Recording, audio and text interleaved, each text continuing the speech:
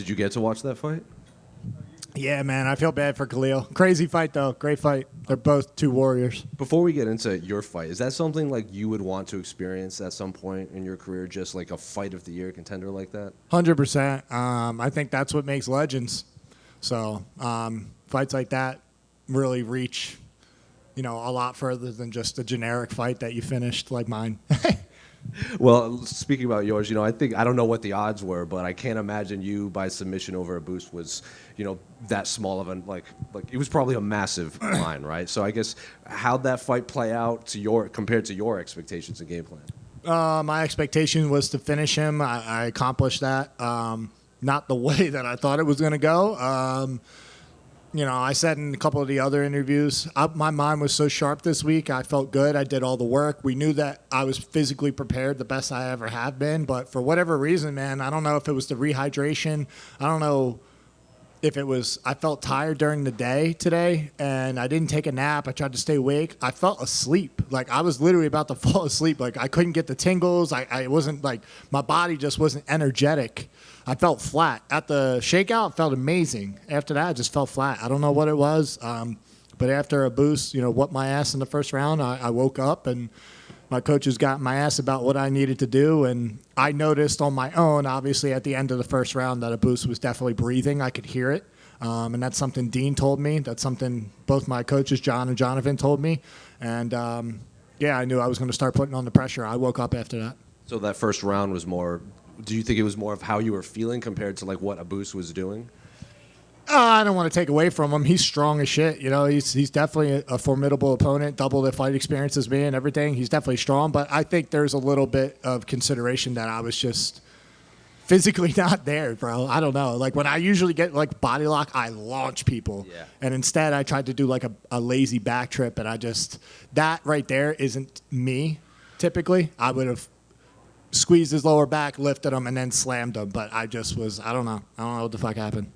You made a pretty clear media day that you asked for this for Abus specifically. So I'm sure you had him scouted out in there. But to actually be in there, was he better than you thought, or was it something surprised you in there, especially in that first round? He was stronger than I thought as far as grappling goes, but he wasn't as good as I thought skill-wise in grappling. So he was stronger than I thought he was going to be, but like skill on the ground, like technique-wise? Like, he didn't land any hard shots on me. I didn't take any damage. I was pretty safe, pretty protected. Like, I was never in, like, real danger. He got that little thing where he tried to squeeze my head. It was uncomfortable, but I was never in danger.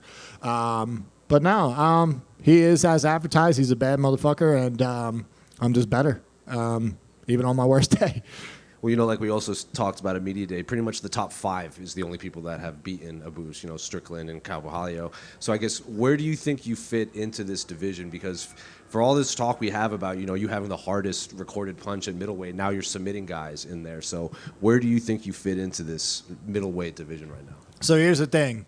I have always had good jiu-jitsu. I just don't like to do jiu-jitsu. My coaches will tell you the same thing. I'd rather stand and bang. I'm a live by the sword, die by the sword kind of guy. And, I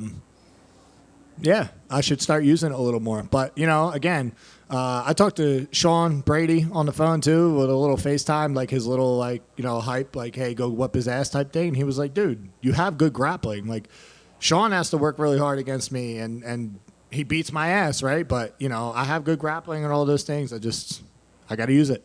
Well, it seems the top 5 of the division is very grappling heavy. So, Hamzat, RDR, Brandon Allen, and even Fluffy. So I guess you're going to have to use that in there. So are you confident in your abilities against the elite of the elite up there? 100%, brother.